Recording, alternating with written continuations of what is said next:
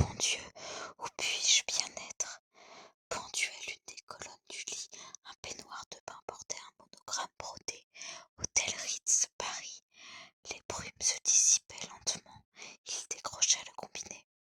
Allô, monsieur Langton, j'espère que je ne vous réveille pas. Une voix d'homme. Langton regarda son réveil. Minuit 32. Il ne dormait que depuis 1 heure, mais se sentait complètement hébété de sommeil. Ici la réception. Je suis désolée de vous déranger à cette heure, mais vous avez une visite. La personne précise que c'est très urgent. Langton peinait à reprendre pied dans la réalité.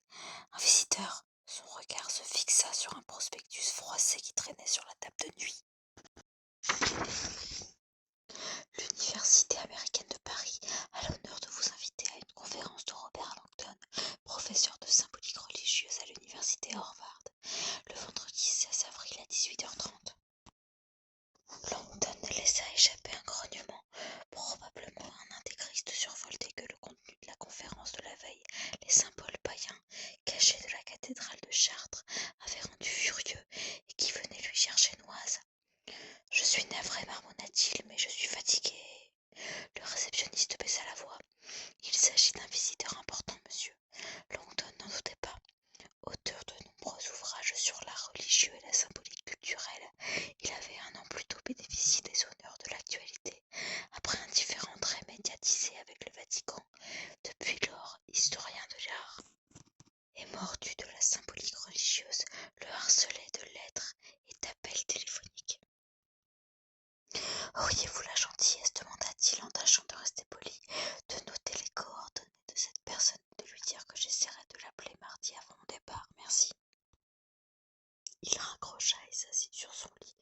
Sur la table de chevet, une brochure en papier glacé vantait les nuits incomparablement paisibles à l'hôtel Ritz, au cœur de la ville des Lumières. Le grand miroir mural lui renvoya le reflet de son visage terne et chiffonné. Mon petit Robert, tu as besoin de vacances. Il avait pris un sacré coup de vieux depuis l'année dernière, mais il n'aimait pas qu'un miroir le lui rappelle. Un regard bleu éteint, des joues mal rasées, des tempes où se glissaient des cheveux gris, des épaules tombantes. Ses collègues féminines avaient beau lui répéter que ses tempes poivre et sel augmentaient encore son charme. Un télo, Langton savait à quoi s'en tenir. Si les journalistes du Boston Magazine te voyaient. Le magazine avait récemment inclus Langton dans sa liste des 10 personnages les plus fascinants du moment. Un honneur d'un coup douteux qui lui avait immédiatement attiré les moqueries de ses collègues de Harvard. Pourquoi avait-il fallu que cette réputation mal acquise le poursuive un soir, à des milliers de kilomètres de là? Mesdames et messieurs, avait annoncé quelques heures plus tôt l'organisatrice de la conférence, devant le public nombreux qui se pressait au pavillon Dauphine de l'Université américaine de Paris. Il n'est pas nécessaire de présenter notre invité. Il est l'auteur de nombreux livres célèbres comme Les symboles des sectes secrètes, L'art des Illuminati, Le langage perdu des idéogrammes. Quant à son traité d'iconographie religieuse, l'ouvrage de référence sur le sujet, vous êtes nombreux ici à l'utiliser comme manuel. Les étudiants l'applaudirent avec enthousiasme. J'avais d'abord prévu de vous rappeler l'impressionnant cursus de notre éminent professeur, avait-elle continué, en lançant vers Langton assis à côté d'elle un regard malicieux.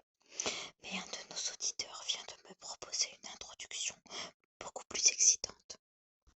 Elle tendit devant elle un exemplaire du Boston Magazine. Langton fit la grimace. Comment s'est-elle procuré ce canard? Et elle entreprit de lire au micro des extraits judicieusement choisis de l'article. Langton s'affaissait lentement sur sa chaise. Au bout de 30 secondes, tous les spectateurs étaient hilars, mais elle n'en avait visiblement pas fini, et le refus de M. Langton de s'exprimer publiquement sur le rôle inhabituel qu'il a joué lors du conclave de l'an dernier a sans aucun doute contribué à faire monter sa cote de popularité. Par pitié, arrêtez-la, suppliait Langton, mais elle enchaîna aiguillonnement un plaisir la curiosité du public. Vous voulez d'autres détails? Le public applaudit évidemment. Le professeur Langton n'est peut-être pas considéré comme un canon de beauté, à l'instar de certains collègues plus jeunes, mais ce quadragénaire ne manque certes ni d'allure ni de charme. Son charisme naturel est rehaussé par une chaude voix de baryton, aussi suave que du miel selon ses étudiantes. Toute la salle éclata de rire. Langton arborait un sourire gêné. Il savait ce qui allait suivre. Une phrase stupide où il était question d'un Harrison Ford en Harris Tweed. Justement, la veste qu'il avait endossée ce soir sur son col roulé Burberry. Il s'empressa de couper la présentatrice. Merci Monique. Il se leva et écartant fermement la bavarde de l'estrade.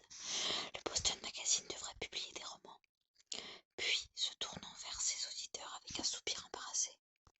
Si je retrouve celui de vous qui lui a passé cet article, je le ferai rapatrier par le consulat.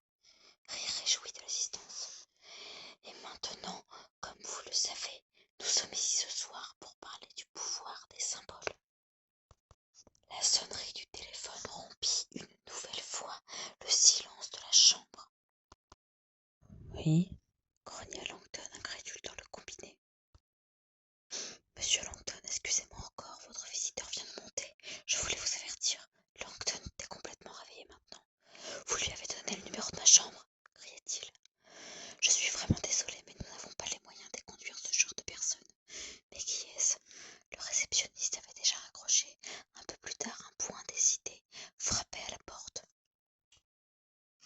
Langton sortit de son lit, enfila le peignoir douillet et fit quelques pas vers l'entrée, les pieds à demi enfoncés dans l'épais tapis de savonnerie. Qui est-ce? Monsieur Langton, il faut absolument que je vous parle. Inspecteur Jérôme Collet, direction centrale de la police judiciaire. Sans débloquer la chaîne de sécurité, Langton entr'ouvrit la porte. Un homme long et mince en costume bleu marine, au visage pâle et fatigué, se profila dans l'embrasure. Puis-je entrer? Demanda le policier. Langton hésita pendant que son interlocuteur l'observait attentivement. De quoi s'agit-il? Mon supérieur souhaite faire appel à votre expertise sur une affaire confidentielle. À cette heure-ci, si mes renseignements sont exacts, vous deviez rencontrer ce soir le conservateur en chef du Louvre. Langton se sentit mal à l'aise.